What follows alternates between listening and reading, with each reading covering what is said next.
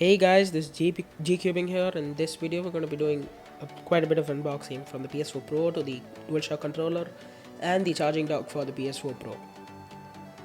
So in this video I'm going to be doing an unboxing, a small comparison between the PS4 and the PS4 Pro, and finally be giving some answers to the questions I received online through my social media. So yeah, stay tuned. So let's go ahead and open the box first. So inside you have this big white box just like the PS4, and once I open it, this is a quick start guide and then two other boxes inside. Get that into focus. I'll just toss it away for now. Yeah, inside you have the brown box with, I guess, the cables. So I think I dropped something. Yeah, that's the mono headset that you get, and then you have the power supply cable. Unlike the Xbox One or the Xbox One S, you don't have a separate power brick.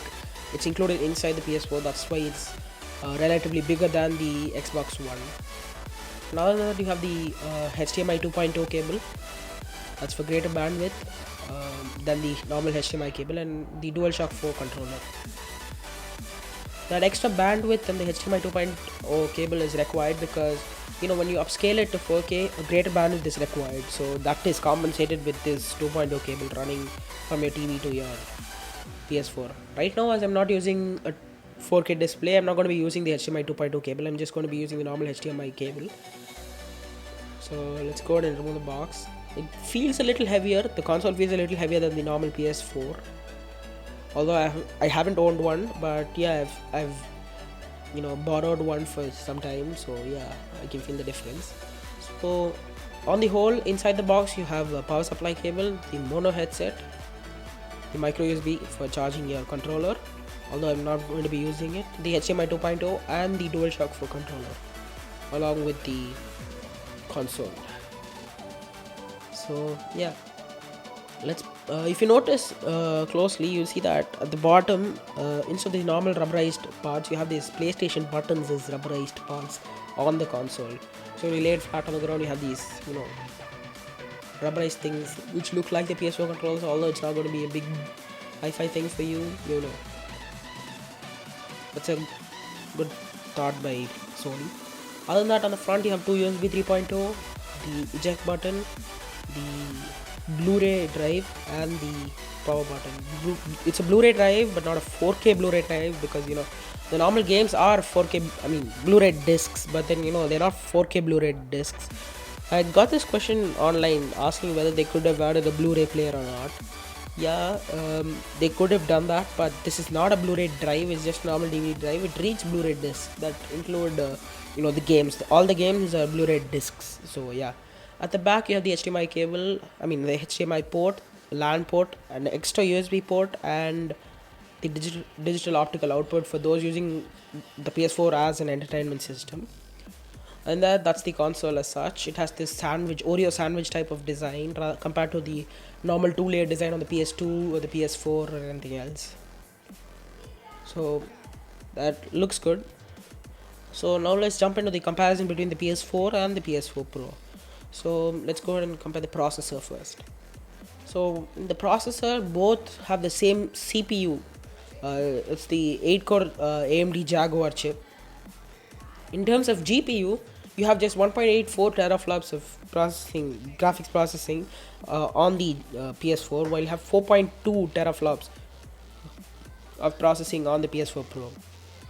In terms of output options, in the PS4 you have the normal high dynamic range supported, while this upscales and supports with high dynamic range.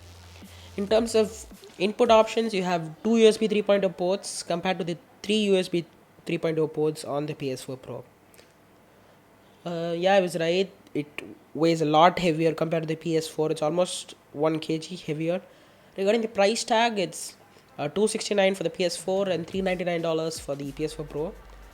Although if you're buying them in India, they cost more, because in India the shipping charges and the import charges are included. So it's somewhere around 27,000 for the PS4, and all those in India, the PS4 Pro will be releasing in mid-February. That's for a price of 39K, 38,990 exactly.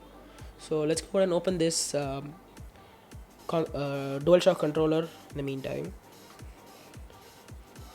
So it's the regular DualShock 4 controller for multiplayer gaming. Of course, there's a new setting on the PS4 Pro where you can dim the lights on the PS4 controller, the DualShock controller, so you can save a little bit of battery life. Then finally, we have this charging stand for the PS4 Pro. It is a little bigger, so you have to choose them appropriately for the PS4 or the PS4 Pro. At the bottom, you have like two fans, although they are in the right spot for the ventilation, but still I just got it for docking the controllers onto the dock as such and maintaining it in a good position. So you can go ahead and put the micro USB port right into the dock like so, and then yeah, you can keep them in any place rather than just putting it down on your couch or your table. So yeah, let me go ahead and connect this PS4 to the dock, and of course the HDMI cable and the power cable. So peel off the stickers, and yeah, if you notice in the dock you have this small button that's for switching on the fan. That is when you're going to game for some time, rather than just watch some YouTube videos or something, you can go ahead and do that. So I'll go ahead and dock these controllers first, and then let's go ahead and boot the PS4 for the first time. Yeah, so this is the 1080p display I'm going to be using for now, before I shift the TV and then change it up to the 4K display. By the time you're seeing this video, it'll be my TV would have been changed. Yeah, so let's boot it up for the first time. So it's the regular boot up in the PS4. So only thing you notice on the external when you switch it on is that there's this LED strip kind of thing instead of the whole black bar on the top showing a blue color. So that could save some battery. Not exactly, but the GPU is going to pull away all that external power, so it's almost the same, but it looks cool when it blinks on the front rather than on the top. So you have this small LED strip on the controller, and of course the lights in the back can be dimmed. So this is the DualShock 4 controller for those who haven't owned a PS4. For you guys, there's this small port for headphone, and then that's basically for the microphone, and then the joystick feels completely fine with the share and option buttons on the top, the touch panel for typing. Although this touch panel for typing is only valid for those in-app applications, that in applications such as YouTube or something like that, you can't use it. Only for Sony's login, or PlayStation logins, you can be using that. And that's the controller. So the UI hasn't changed a lot since PS4. No, actually, nothing has changed other than the update which you're going to be getting for upscaling the images and the video content as such.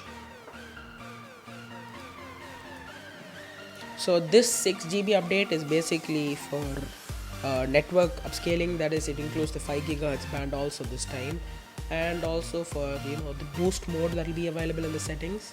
That is for going ahead and boosting your graphics performance. That's overclocking your GPU, which cannot be done on the PS4. That's the update you get.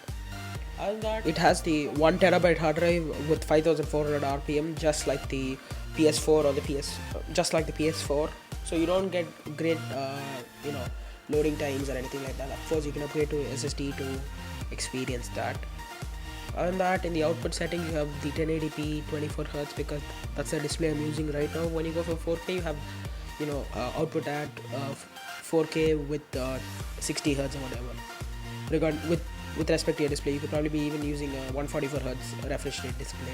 So it depends on that. Other than that, the UI just remains the same, nothing new or anything like that. So let's jump into the graphics difference between the PS4 and the PS4 Pro with FIFA 17. Now, when you scale in at around 300%, you notice that there's some small flickering and a little less detail on the PS4, while on the PS4 Pro you see that enhancement in the display and lesser flicker in the background. So that's one big thing. Other than that, the high dynamic range with 4K upscalement looks better with those little darker patches on the screen, which looks really better and gives you a better gameplay. So let's jump into the Q&A right now. So the first question was how is it different from the standard version? There is basically the entire video. So yeah, look at that. Then is it worth it? So as I told you, if you're coming in from an old console, say a PS2 or a PS3, yeah, it's definitely worth the upgrade. While if you're coming from a PS4, I would say it's not, because it doesn't give amazing boost or anything, and it's not worth spending an extra 40,000, or even if you exchange, you'll be getting in at somewhere around 20-25k. That's not worth it. So you just get higher frame rates and better graphics output, but that's not worth it for 25k. So yeah. And then the next question was PS4 Pro compared to the Xbox One S. Actually, there'll be a separate video where I'll be comparing it to the Xbox One S. I need to get in hold of one, and then I'll go ahead and do that. And then there's this person asking, how will a 1080p display TV, how 1080p display benefited from the PS4 Pro? See, it's not just the upscalement into 4K, it's the higher frame rates because of the better GPU. So that's what matters. So say you're playing some games, say Witcher 3 at 30 FPS with 1080p. On the PS4 Pro, you'll be able to play it at 60 FPS. So that'll give you better gameplay. As such, if you're really a serious hardcore gamer, you'd feel better while playing it on the PS4 Pro. Yeah. And then, are there any changes on the PS4 Pro's hard drive? No, there hasn't been any changes, although everybody is waiting for one. And yeah, another question was, why would why would you want to get a PS4 instead of getting a PC? Well, that's a debatable question. I may probably make a separate video for that as well. Then another question was, how's the graphic quality? As I told you, the graphic quality has changed a little bit with the 4K upscalement and the HDR supported along with it. So although it's not really huge, it's comparable. It's really comparable, but yeah. Other than that, there's this question regarding the streaming. Yeah. Will the PS4 games be streamed in 4K? Not all PS4 games will be streamed in 4K, although some games have already rolled out the update, like say FIFA 17 or Witcher 3, where you can boost your frame rates in game, and other than that, you have the support of the UI itself, where you can boost the entire CPU performance as well. The overclocking of the CPU, the AMD CPU, which is not available on the PS4. So that's a point to be noted. The last question was, since Sony upgraded the PS4 to the PS4 Pro and added a lot of more features like upgrading the RAM or other stuff, they could have added a Blu-ray player. Yeah, that is a valid question. Although they haven't upgraded the RAM as such, they've only upgraded the processor. And they could have added a Blu-ray player. They haven't done that, so we still have to wait for it. Say in the next PS they'll release it, or of course you can go ahead and put in your own Blu-ray drive if you have the technical expertise, or get it to a shop, and then it can be done.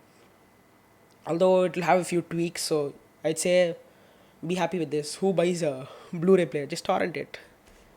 And yeah, so thank you for staying on, guys. Stay tuned for the next video. Until then, peace. Everything changes.